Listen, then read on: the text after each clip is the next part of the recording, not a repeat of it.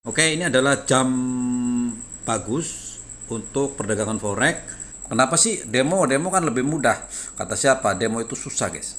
Trading forex itu nggak gampang. Pada dasarnya, secara tren dia turun. Berarti kita jangan melawan tren. Bagaimana sih kok kita bisa beli penurunan? Kan kita belum punya barang. Nah, itu adalah metode. Nah, kok kayaknya ini ya, apa namanya, kayak judi ya?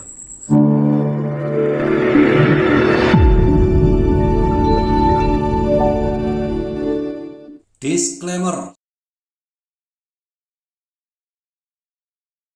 Ini ada jam setengah 8 ya, 7.40 ya, 7.39 lah. Mana sih jamnya? Di sini kok 19.45 kita 7. Oh, ini jamnya telat, jam dindingnya. Oke, ini adalah jam bagus untuk perdagangan forex, dimana setiap Senin sampai Jumat adalah jam 7, jam 8 sampai 9 lah lebih kurang. Itu timing yang oke. Sebetulnya jam 7 karena pasar ada 3 negara yang ketemu bareng-bareng, yaitu di New York.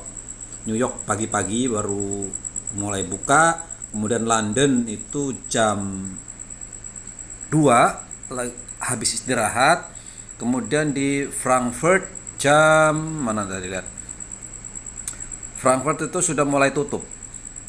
Jadi itu jam-jam kritikal yang bisa kita pakai buat trading gitu ya. Jadi trading itu ya ini ramenya di wilayah-wilayah ini karena ada 3 negara yang bareng-bareng gitu ya. Jadi enak di sini.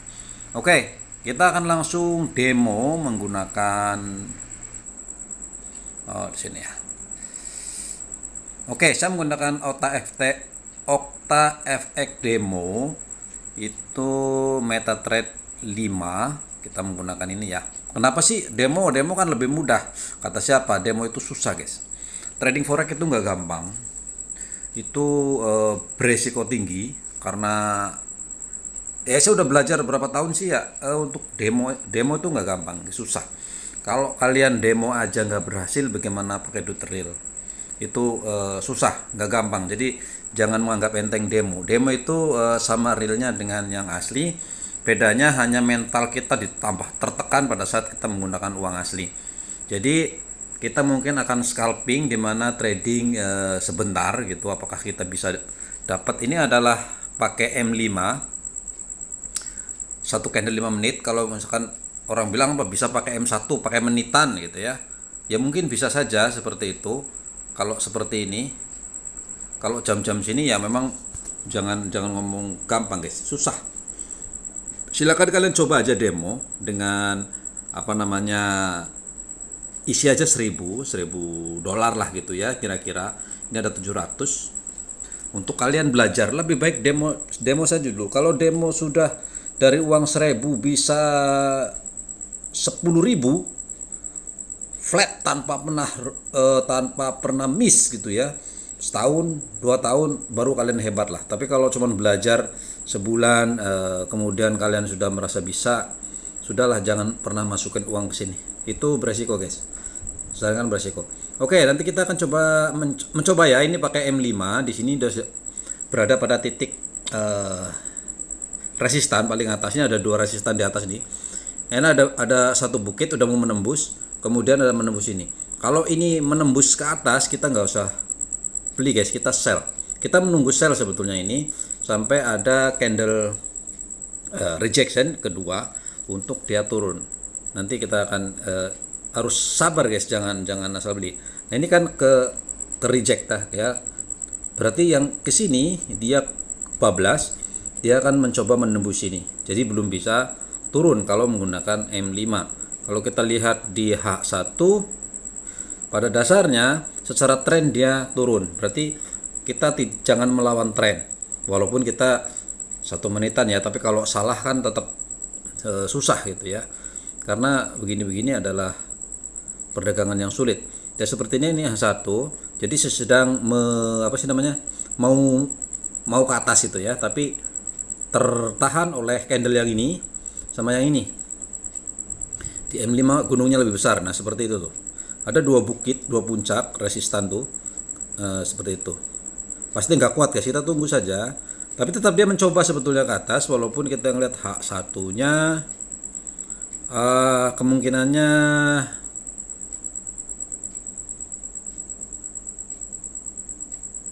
turun guys, kemungkinannya ya, kemungkinannya. Kok kemungkinan emang nggak bisa dibaca ya? Ya nggak bisa guys. Namanya trading ya begitu. Kalian mau pakai metode apapun nggak ada yang sempurna lah, nggak ada sempurna. Kalau kita menggunakan candlestick ya cuman seperti itu aja. Jadi kalau dia naik, dia akan berusaha melampaui satu bukit sebelumnya, kemudian kalau 12 bukit sebelumnya lagi. Terus seperti itu, tapi ingat ada tren di sana, kita jangan melawan tren seharusnya. Kalau trennya turun dalam besar H1 itu, ini kan buy jam, dia akan turun. Ya kita sebaiknya sell. Jangan memaksakan untuk buy. Jadi kita tunggu, nanti kita lihat sebentar perpindahan candle. Ini sudah melewati garis parabolik Bollinger Band, Bollinger Band yang ini nih. Ini Bollinger Band. Udah melampaui sih ya. Jadi otomatis dia akan naik dulu, berarti sudah berhasil melampaui satu titik ini Bollinger Band, berarti dia akan naik dan dia akan mencoba melepas yang ini menuju yang ini. Nanti kalau ini terlepas lagi sampai apalagi puncak bukit ini, ya sudah lepas dia ke atas dan gak jadi tren turun nantinya pasti. Kita coba H1. Kalau H1 memang masih belum kelampaui karena H1 kan ini. Kita akan coba scalping aja karena ngikutin jam. Apa kita bisa entry? Jadi jangan selalu buru-buru guys, tunggu saja. Namanya trading tour seperti itu, sabar, nunggu pedagang lain itu menjual kondisi murah gitu ya. Sekarang ini kan penjual tuh sedang pada beli barang mahal-mahalnya guys. Nanti pada saat kemungkinan orang pada mulai menjual, ya kita ikut masuk gitu ya, ikut untuk menjual dengan kontrak tentu saja, karena ini kan komunitas berjangka yang dimana dia menggunakan kontrak berjangka, pakai pinjaman, pakai leverage.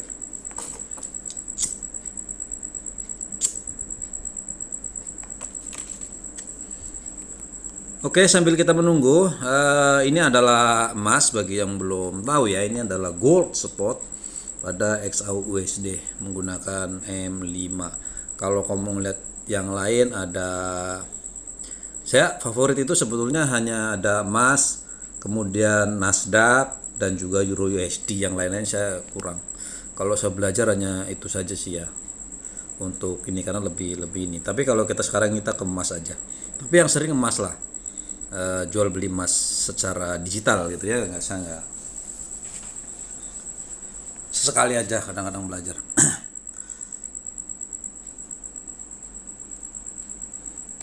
Terus berapa kira-kira dengan saldo 700 itu kira-kira 10 juta guys. 10 juta itu kita tidak boleh melebihi 2% dari modal. Ya dikit banget dapatnya ya, memang itu. Tapi itulah cara paling aman dan cara paling safe supaya kalau salah itu tidak ketinggian. Tapi kalau kalian yang ini harus ada money management, artinya kalau salah kalian harus cut loss segera. Rugi ya, namanya dagang harus berani rugi lah, masa ya nggak berani rugi. Kalau untung saja ketakutan gitu, begitu baru untung 1.000 udah dijual. Untuk saya 1.000 apa, ini kan dolar ya, 1.000 gede banget. Misalkan baru untung $2, $3 udah segera dijual. Begitu salah kita itu kan sudah rugi sampai $5, $15 udah tahan gitu. Kita nggak takut dengan itu, dengan kerugian gitu. Ada bagusnya nggak takut sama rugi, tapi ya nggak bisa begitu gitu. Dalam dunia trading itu ya kita harus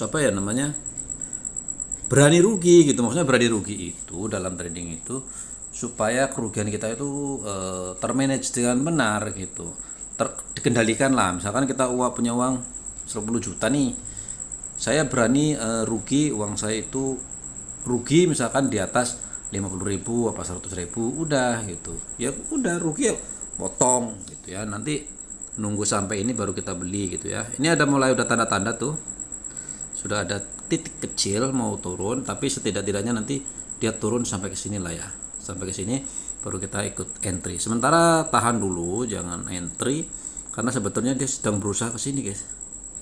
Ini masih ada 2 puncak sini, masih cukup lama gitu ya, masih lama. Lagian jamnya harusnya biasanya rame banget nanti, seharusnya ya, apalagi dari Senin. Hari Senin tuh biasanya lonjakannya wow wow wow gitu ya. Tapi kalau ngeliat di sini dia berusaha sedang naik melampaui ini, saya menggunakan H1. Kalian lihat nanti seharusnya begitu nyampe puncak yang ini, yang jarum yang ini nih. Ini kelihatannya jarum kan, kelihatan jarum kecil gitu. Padahal kalau kita isi di ngeliat M5 gunung, puncak gunung guys, yang ini nih. Tuh puncak gunung, ya, gitu kan.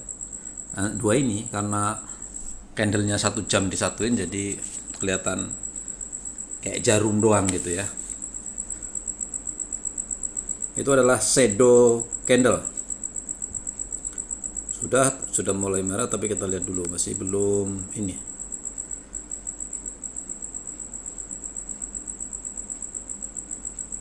Ini pakai H4. Oke, still 5. Kalau M1 apakah sudah turun? M1 pun belum. M1 nya berusaha nembus lagi masih. Ini by menit. Satu candle 1 menit guys. Ini sudah berhasil melampaui gunung yang ini, udah jauh. Kemudian dia sedang berusaha melampaui gunung yang ini. Tapi kayaknya sedikit lagi lah guys. Dia pasti harus melampaui ini. Ini biasanya standar umum dia akan melampaui gini atau turun sedikit di bawahnya. Paling ya di sini nanti dia turun. Kalau karena dia trennya turun kan. Nah, kalau M1 ya kelihatan naik tuh kan, dari sini dia naik gitu. Tapi kita harus lihat tren besarnya gitu ya. Tren besar misalkan H1 lah. Dia seperti itu. Dia kan harusnya dia melonjak nanti turun lah pasti ke sini kan.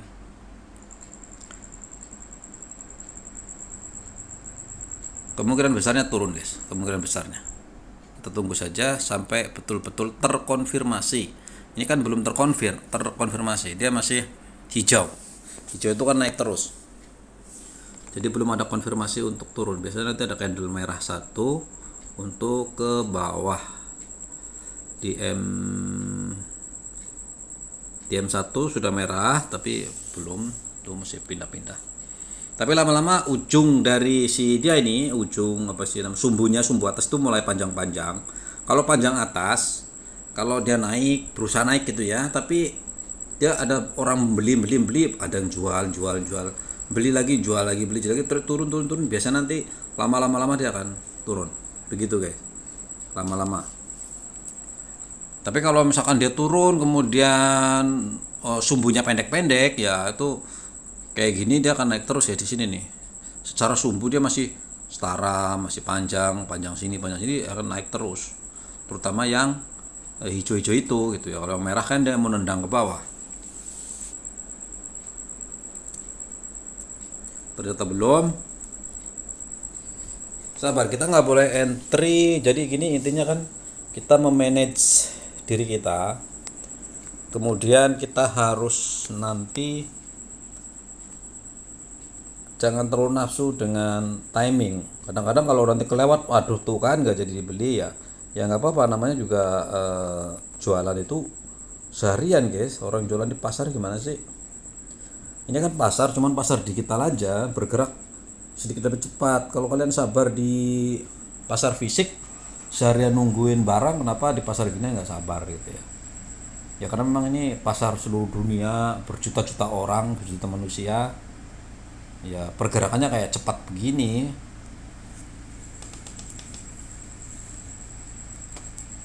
Padahal ya kan kayak kita kan, kita ada sampai ini udah mau berapa menit? Sudah 15 menit kayak belum entry, berarti belum melakukan pembelian atau penjualan kan? Artinya belum. Kita satu, nanti dia teman kita di sana yang mungkin udah setengah jam belum entry gitu, atau yang sedang entry, sudah entry nunggu, sudah karena udah laku kan. Nah itu mulai memerah di M5, kita tunggu setidaknya dia melewati Bollinger Band yang ini guys. Nah Bollinger ini sebagai sebagai batas garis bantu bahwa kalau udah melewati itu kemungkinan naiknya tinggi lah gitu ya. Itu doang sih, itu garis bantu guys. Enggak mesti 100% tapi karena kita garis bantu aja. Selagi dia masih di atas belum turun lagi ya jangan kita masuk lah, karena kita untuk turun beli ke bawah ya, kita harus beli ke bawah. Nah bagaimana sih kok kita bisa beli penurunan, kan kita belum punya barang. Kalau naik kan udah jelas kita nggak punya barang, kita punya duit, kita beli emas menunggu naik dijual. Sekarang bagaimana kalau kita belum punya barang kok sudah dijual gitu kan, kita beli turun kan jual. Oke, jadi itu ada kontrak berjangka namanya guys. Jadi kita dipinjamkan sebenarnya pada saat kita sell ya, jual yang ini ya. Oke, ini supaya mudah aja deh, kita keluar dari chart tadi. Kita bayangkan gini, ini emas fisik betulan, emas fisik, supaya bisa mudah dibayangkan. Oke, katakanlah si teman saya ini teman saya, katakanlah saya punya teman, dia itu punya emas sebesar 100 gram, dia punya emas di rumahnya 100 gram. Katakanlah harga hari ini misalkan 10 juta, gampangin aja lah, harga emas 10 juta. Harga emas hari ini itu 100 gram 10 juta, biar gampang. Sinta, boleh nggak saya pinjam emasnya, saya jual, nanti ya saya balikin deh gitu, mungkin seminggu atau 2 minggu, saya butuh banget duit nih. Oke, nah saya ambil emasnya yang ini ya, ambil emasnya, kemudian saya bawa ke toko emas, katakanlah toko emas manapun. Begitu saya jual, dapatlah saya uang 10 juta rupiah.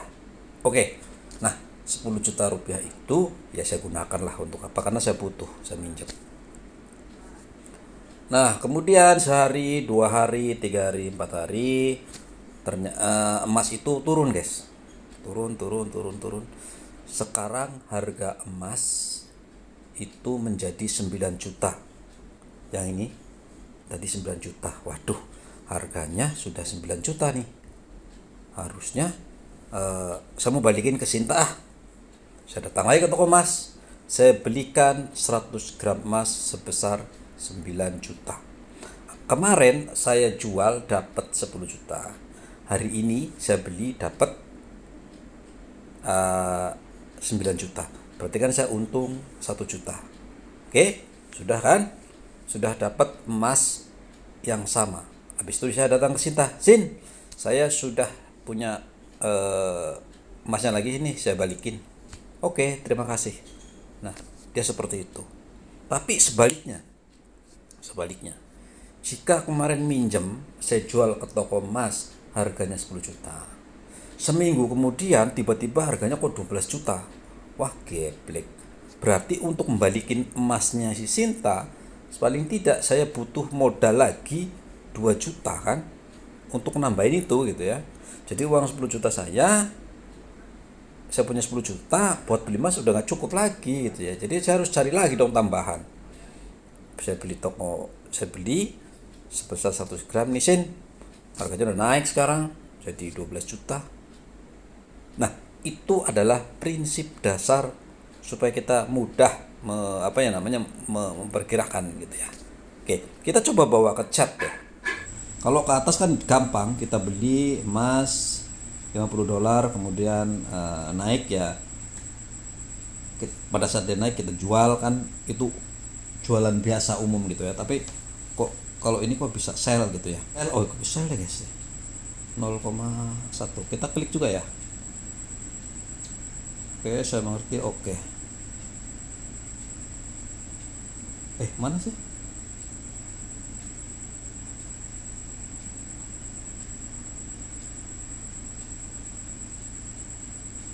Nih marginnya 100, sebenarnya nggak boleh guys. Duit 700 kita hanya boleh 7,6 dolar aja sebetulnya. Tapi nggak apa-apa, sampai contoh lah, ini kita sedang ngobrol gitu. Kita lanjut ya. Jadi pada saat klik jual, sell, ini klik sell sini, berarti kita itu minjam emasnya si broker sebesar 1 troy ounce seharga 19 mungkin 25 juta, ya anggap aja 25 juta deh, 25 juta. Berarti kita sell, kita jual emasnya si broker gitu ya. Jaminannya apa? Jaminannya uang kita, saldo kita. Kita punya saldo di sini paling enggak, kalau tanpa leverage saldonya ya harus di atas ini gitu ya. Saldonya harus di atas ini dong. Namanya kita minjem emas 1 troy ounce seharga 25 juta. Ya uang kita paling enggak harus punya di saldo itu 30, 40, 50 dan lain-lain. Ini ngomongin tanpa leverage ya. Kalau leverage tuh beda loh. Itu seperti itu. Nah, kemudian jika dia turun kan kita beli seharga 19 ya kan, 19 nah dia turun berarti kita untung nih, untung ya, ini untung, anggap aja untung tadi, anggap aja kita beli di sini, ini kan margin anggap aja 25 juta plus 4 dolar, ini keuntungan kita guys ya, keuntungan kita nih. Nah artinya nanti pada saat kita jual uang tadi, kita jual emas tadi 25 jutanya balikin lagi ke dia gitu. Kita hanya dapat yang ininya saja, yang keuntungannya gitu ya. Nah sebaliknya, kalau tadinya kita minjam 25, beli emas 25 juta di sini, tiba-tiba kok emasnya malah naik, kan rugi tuh, rugi. Nah pada saat rugi, saldo kita dipotong gitu, rugi. Misalkan punya kita 30 juta misalnya, 30 juta di saldo, kemudian kita rugi 1 juta, maka nanti saldo kita akan kepotong 1 juta karena kita salah beli gitu ya. Pada kita beli udah minjem buat turun tapi malah dia naik gitu. Nah tapi kalau misalkan 30 juta tadi kita sell, kita kan hanya dikasih pinjam, duit kita ya kelihatan di situ gitu.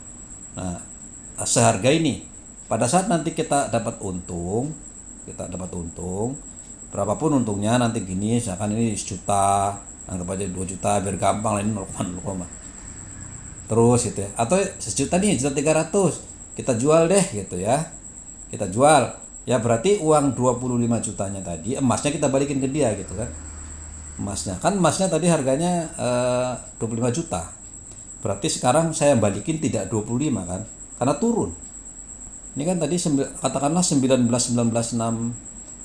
pada saat beli ini ya.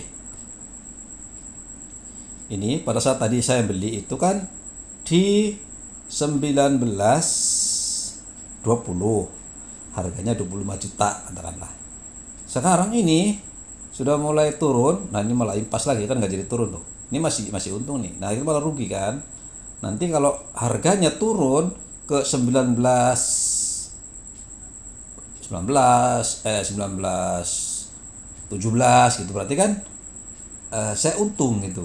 Saya untung $1.000 kalau sampai turun 19. Saya minjam emasnya di 19.20, kemudian harga sekarang ini 19.20, 17, saya masih untung sekian. Kalau nanti turun lagi 19.18, maka kita untung $1.000 guys. Kenapa? Pada saat emasnya dijual murah. Nah kita minjemnya padahal cuman 1 gitu ya, 1 gram gitu. Gitu guys. Aduh, nggak jadi turun guys karena tadi belum berhasil melewati yang ini, moving average yang ini nih, moving average yang merah-merah. Contoh kayak saya lah, ini saya beli di 19.20, dia sedang naik, apakah saya jual, saya close? Kan enggak, biarkan aja sehari, 2 hari, 3 hari, 5 hari, mau sebulan, 3 bulan, kalau masih loss, yang penting masih ada masih dalam batas kita punya range kerugian, nggak apa-apa gitu ya. Tapi kalau sudah melewati batas kerugian kita ya biar dijual aja gitu ya. Tapi kalau yang enggak, yang duitnya banyak, ya dia kuat kok nahan sampai loss berapapun, ya nggak apa-apa gitu. Itu kan tergantung kita sebagai penjual pembeli gitu guys. Oke, masih rugi dalam 7 dolar. Nah, ini skenario nya guys ya. Tadi kita ulangin lagi. Kenapa saya bisa beli sell? Maksudnya beli sell padahal saya belum punya barang gitu ya. Jadi seperti tadi saya bilang, pada saat di 1920, harga 1920, saya pinjam kepada broker. Ini saya pinjam dulu emasnya di harga ini untuk mau saya jualin. Oke, tapi lu punya berapa duit? Jaminannya. Ya, itu ada di saldo lah gitu. Boleh kan? Ya boleh sama, boleh kurang sedikit nggak apa-apa, kalau pakai leverage boleh, tapi kalau nggak boleh. Nah, ini kan nggak apa gampang. Nggak gampang. Faktanya nggak gampang. Tadi sih udah untung kan. 2 dolar gitu. Ini malah udah mulai nembus lagi nih. Tapi kita akan lihat, coba. Tetap sedang berusaha menembus yang ini guys. Yang paling beresiko adalah jika menembus ini gitu. Paling beresiko. Karena kalau menembus kemungkinan dia nanti akan terhenti di sini.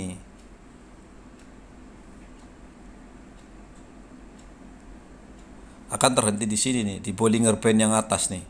Sampai sini, set, baru turun, atau setidaknya di bawahnya sedikit lah ini ya. Kalau karena trennya turun, berarti dia akan mencoba naik menembus ini, tapi tidak akan pernah sampai Bollinger Band. Bollinger Band itu menandakan yang ini ya, puncak-puncak ini kan, 1 2 3 4, dia akan berusaha ke sana. Tapi kalau enggak, kalau trennya memang turun, dia akan naik sedikit, tapi dia nanti akan di bawahnya lah, kira-kira perkiraan kita di sini umumnya. Kalau Bollinger Band itu menandakan yang ini, berarti yang bawahnya ini kira-kira. Dia kira-kira mungkin di daerah sini dia tertembus, baru dia akan turun lagi. Tapi kerugian kita sudah banyak, 23 dolar. Nah, apakah punya margin kita kuat menahan kenaikan? Kita bisa melihat di sini. Margin yang kita pakai adalah 96 dolar, sekitar 1,5 juta. Sementara duit kita 10 juta, itu nggak boleh karena itu hampir 15% dari modal. Nggak boleh, itu beresiko sangat tinggi. Dan lihat level marginnya 700, di bawah 1000. Di bawah 1000 itu beresiko sangat tinggi, tidak bisa menopang kesalahan. Paling tidak, kalau pastikan paling aman uang 1000 itu di sini marginnya paling aman itu paling 20 dolar, 25 tuh maksimal lah, paling-paling tuh sebetulnya. Karena kita ambil sebetulnya 2% dari 10 juta atau 200.000 lah. 200.000 ya sekitar 15 dolar. Itu paling aman. Jadi margin levelnya itu tinggi di sini. Persennya tinggi. Mungkin sekitar 2000. Nah, itu paling aman. Kalaupun salah kita biarkan dulu, ya nggak apa-apa gitu. Nah, ini pun udah ngaco guys. Nah, kan? Apakah analisa yang kita tadi, pengalaman kita sudah bertahun-tahun ini masih saja salah? Namanya juga nggak gampang juga. Faktanya susah tuh. Rugi loh 500 dolar. 50 dolar. 50 dolar itu berapa? Mungkin 750-an ribu gitu loh. Sebentar doang kan rugi gara-gara tadinya salah membaca atau salah menilai atau apapun. Itu kan metode kan, makanya metode kan nggak ada yang sempurna, tapi begitu. Tuh, ini sudah ke Bollinger M15. Kalau di Bollingernya M5 dia mencoba menembus puncak yang ini guys. Mudah-mudahan tidak sampai menembus puncak. Di M15 sudah mencapai puncak, kemudian di M30 sudah melewati puncak,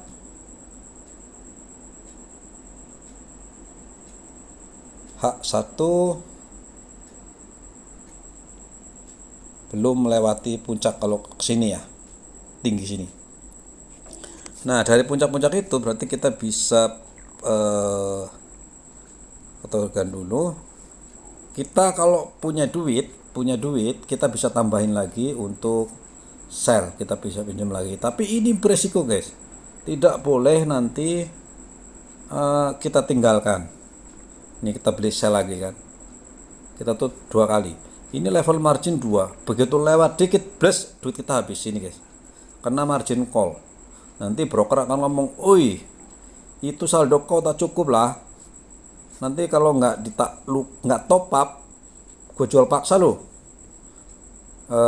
barangnya gue tarik balik gitu ya, ditarik sama dia emasnya, ditarik paksa dia seperti itu. Nah itu adalah konsep-konsep basicnya seperti itulah guys.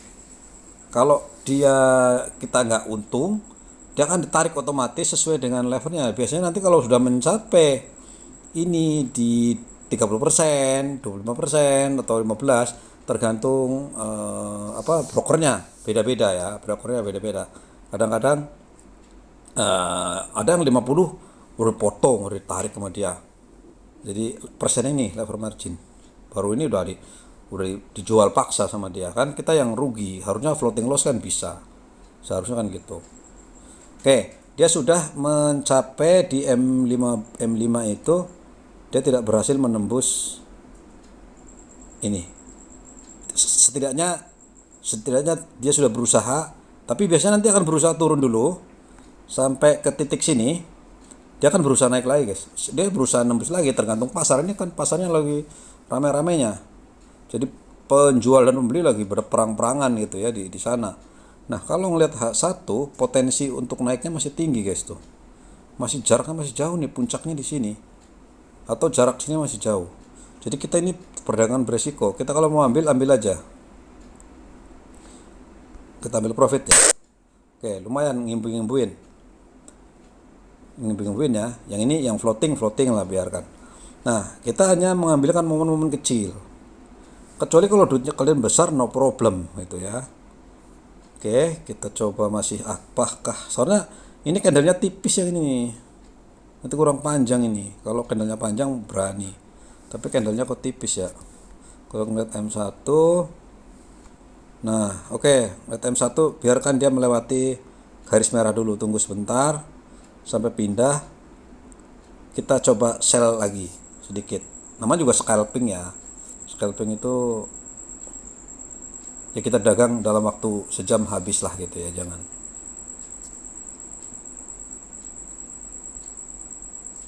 Oke, kita sudah menuju ke merah, lompati merah dulu, tunggu merahnya terlewati. Syukur-syukur dia itu sudah ada indikator di dua candle harusnya. Oke, kita bisa sell lagi. Nah kita ngambil momen-momen kecil. Aduh, dia masih belum. Harusnya memang seharusnya sih gini guys. Ini candle sudah mulai turun, bisa. Ini satu turun lagi, harusnya satu lagi indikasi untuk penurunan di situ. Seharusnya sih ya. Oke, tapi kita lihat masih loss.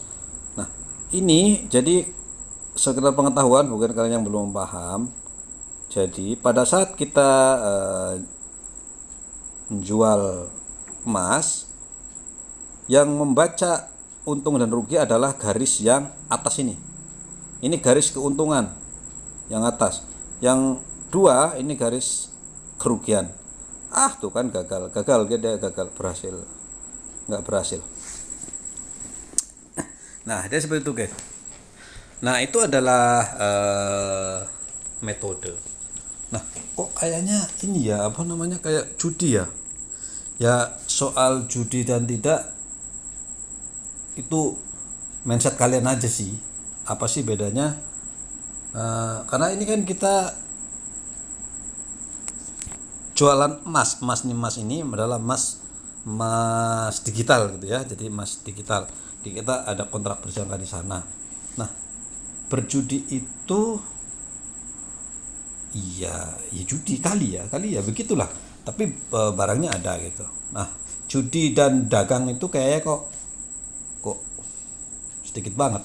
Kalau ngomong judi, kenapa sih gambling lah? Emang kalau saya hari ini saya beli sebuah sepatu satu lusin, saya bawa ke pasar, apakah pasti hasilnya?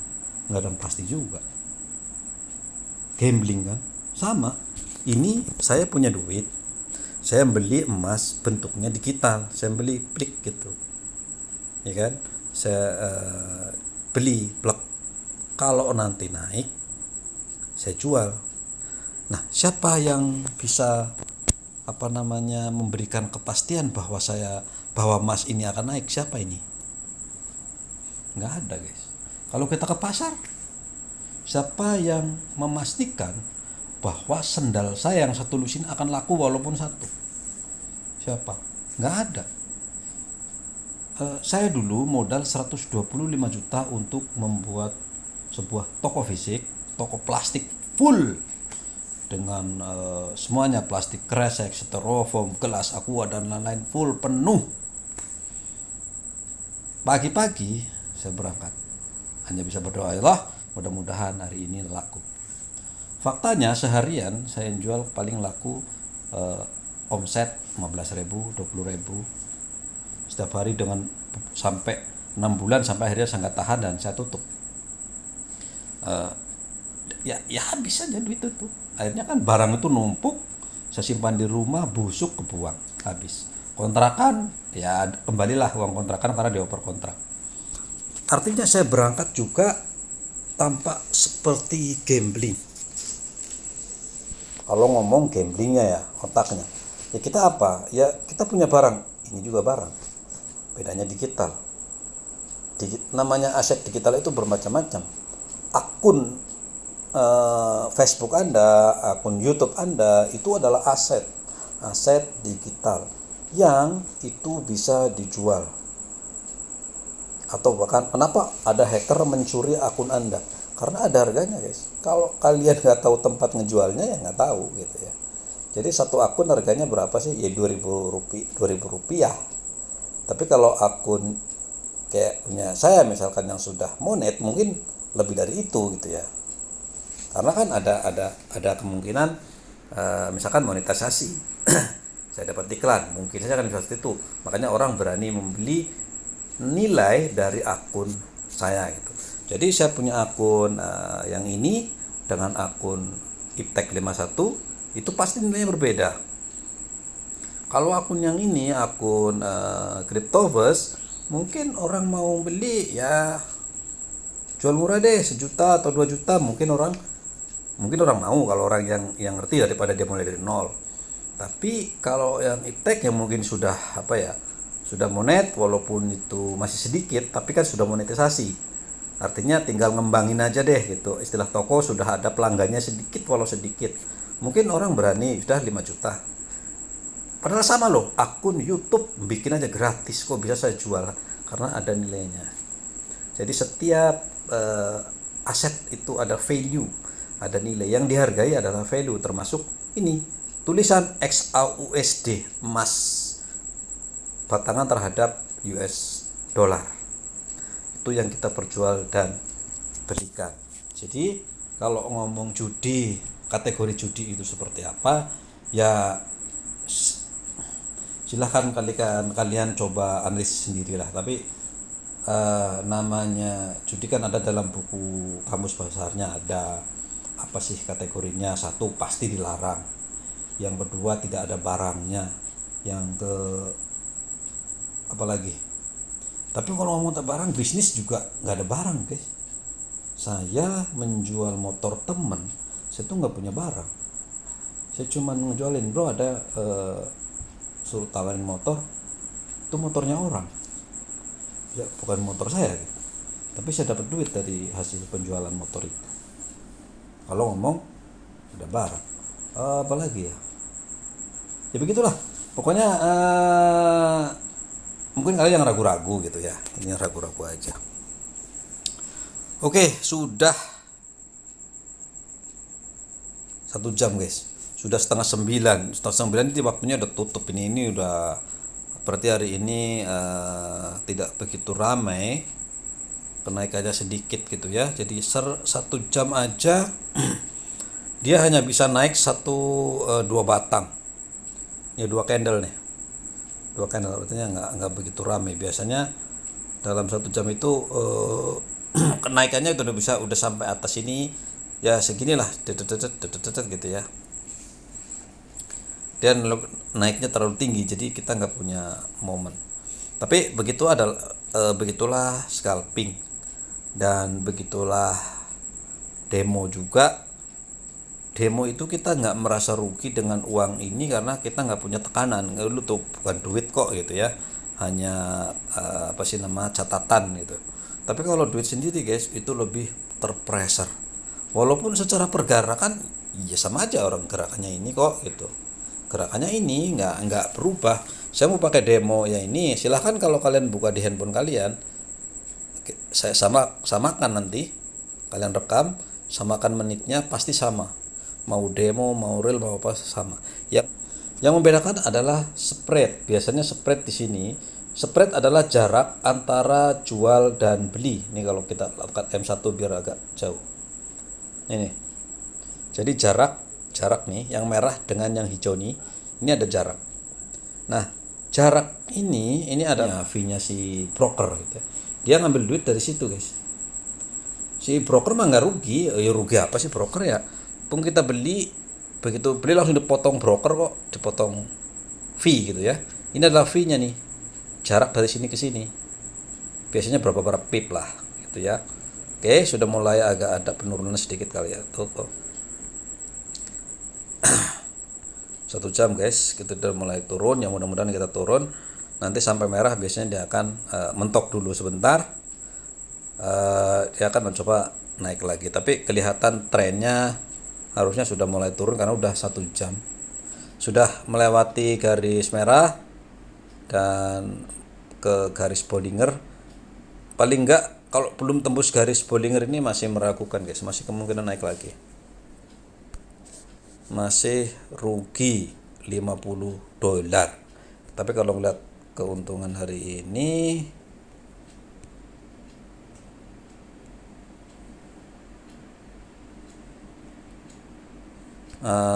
ya baru $5 sejam ini ya. Ini tadi siang, ini dari kapan tahu guys. Saya biarkan dari tanggal 3 bulan 7 2023. Oh, bukan ya, tadi dulu belinya. Oh ini tanggal 15 bulan 5 2023 bukanya ya. Pada saat saya buy itu di sini di harga ini. Baru tak jual tadi pada 3/7/2003 tadi. Ini jam sana ya, bukan jam sini. Ini jam sana juga jam 16.21 kan, jam servernya dia. Tadi kan yang jual kita $5.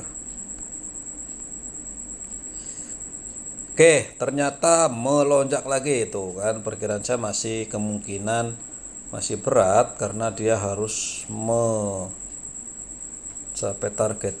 Seharusnya di M15 tidak boleh ngelewatin lah ya. Kalau ngelewatin M15 parah lagi, nanti ke M30 paling tidak.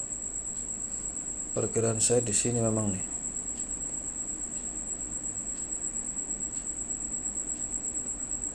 Di bawah ini sedikit lah. Di sini dia nih.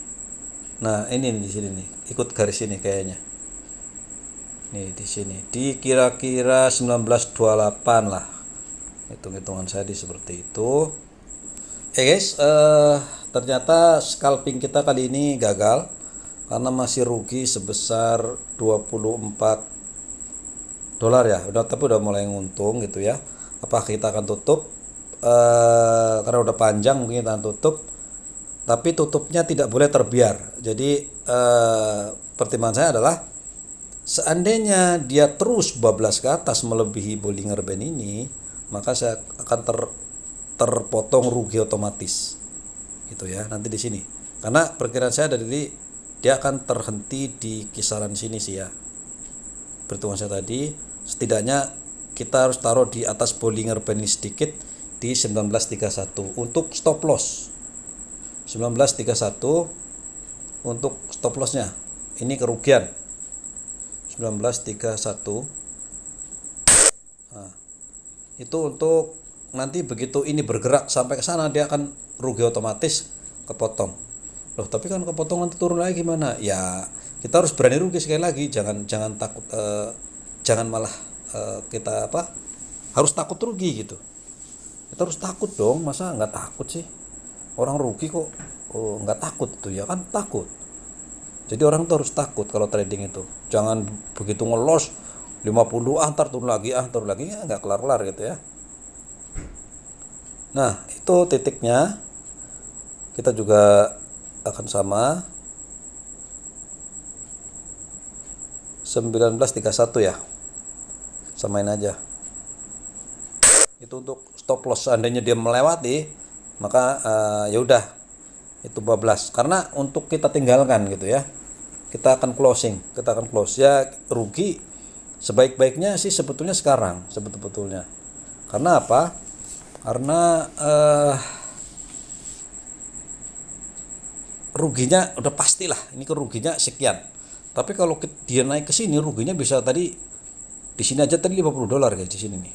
Mungkin di sini sampai $100 hilang duit kita. Kalau dia betul-betul ke atas. Makanya karena ini waktunya paling tidak dalam setengah jam lagi, ya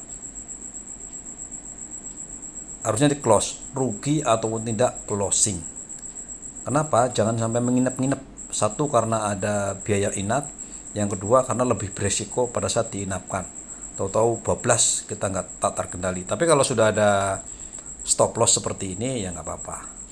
Persiapan aja, uang 1.000, kalian uang 10 juta, 500.000 siap rugi nggak? Kalau kira-kira kalian siap rugi, lakukan. Kalau tidak, jangan beli terlalu tinggi. Di sininya marginnya jangan terlalu tinggi, turunkan lagi gitu ya, jangan tinggi, nggak boleh. Sebenarnya itu nggak boleh, ini beresiko sekali lagi. Makanya kalian demo aja deh, demo oke kok, nanti lama-lama juga bisa paham gitu. Dan demo misalkan modal kan bisa diatur, uang 1.000, pastikan kalian sebulan, 2 bulan, 3 bulan, 4 bulan sampai setahun dan sudah mahir tanpa miss atau paling tidak 80%, 90% bisa demo, berarti kemungkinan trading real kemungkinan besar akan berhasil. Ya guys, saya udah kepanjangan lah nanti ini. Nanti kalau misalkan sebelum saya edit, saya nunggu waktu setengah jam. Ini setengah jam saya akan tutup apa ya, mudah-mudahan kerugiannya sih ya sekian, nggak apa-apa gitu ya. Udah tutup. Tapi saya sudah kasih berani ngambil kerugian di sini di $100 yo nggak apa-apa. Kalaupun nanti, karena saya masih optimis bahwa dia sudah mencapai tetap di H1 itu, kalau dalam jangka panjang dia tetap trennya turun. Makanya walaupun dia naik, saya yakin dia akan turun ke sini. Nantinya seperti itu ya, kemungkinan panjangnya. Nanti saya update, coba kalau di itu ya kali aja besok di update. Ini udah panjang soalnya guys, kita berjawab-jawab. Saya tutup dulu ya. Saya nggak tutup, maksudnya saya selesaikan dulu videonya. Ini posisi sedang floating loss di $30 atau sekitar 500 ribuan lah, begitu guys. Dan sesuai perhitungan saya tidak cut loss manual, biarkan cut loss otomatis. Jika melebihi sedikit dari Bollinger Band yang ini, berarti kalau bablas ke sana secara tren dia sudah akan melampaui batas dan sudah akan berbalik arah. Tapi perhitungan saya masih sekarang ini masih belum di sini ya. Harusnya nanti membaca begitu menginap, saya harus melihat berita dunia seperti apa. Ada apa di Amerika, ada berita apa, emas, dolar dan lain-lain. Ada berita apa. Kalau kira-kira itu agak buruk bagi dolar, biasanya dia naik. Tapi kalau dolar oke, biasanya si emas itu dia yang akan naik. Kalau dia naik, kalau emas naik ini ya repot kita guys. Oke, itu saja, terima kasih. Mudah-mudahan bermanfaat. Bye bye.